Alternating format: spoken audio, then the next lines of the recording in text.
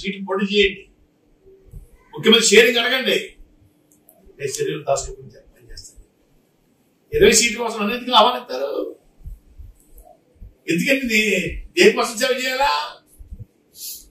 మీకు ముఖ్యమంత్రి ఎత్తా చెప్పండి.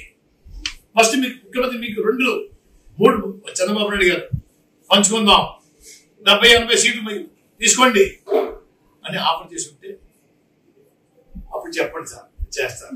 ఇంకోటి కూడా చెప్పాను సార్ వాసి గారికి, అయ్యా వాసి గారు, చంద్రబాబు నాయుడు గారు జైలుకి వెళ్ళిన తర్వాత వారికి పూర్తిగా భూస్థాపితం అయిపోయింది. పవన్ కళ్యాణ్ గారు జైలుకి వెళ్ళి చూసి వచ్చిన తర్వాత బయటకు వచ్చి భరోసా ఇచ్చిన తర్వాత గ్రాఫ్ విపరీతంగా పెరిగిందండి. మీ వల్ల పెరిగింది గ్రాఫ్. చంద్రబాబు నాయుడు గారు ఏం చేయాలా? కళ్యాణ్ గారు జరిగిపోయింది, ఇద్దరు ఆఫర్ కూడా చేసుకుందాం, ముందు 2 తీసుకోండి, తర్వాత నాకు 3 ఇవ్వండి అడిగి ఉండాలా వాసి గారు? అటువంటి మాట కూడా పొందడానికి మీకు అర్హత లేకపోయింది. కానీ మీరని అడగాలి కదా.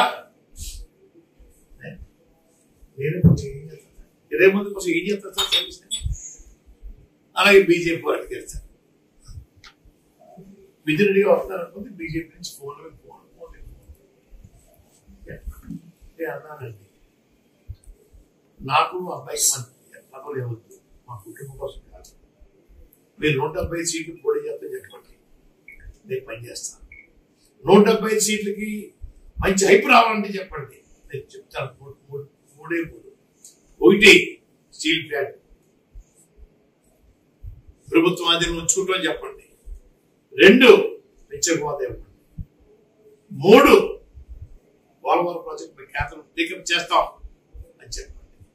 అది కూడా ప్రధానమంత్రి గారు, హోమ్ మినిస్టర్ అమిత్ షా గారు మన అందరూ వచ్చి బహిరంగ సభ చెప్పండి, మీకు సర్వీస్ చేస్తాను. 5 సీట్ల కోసం 6 సీట్ల కోసం మీరు త్యాగం చేయకండి, నన్ను లాక్కండి రోడ్డు మీద.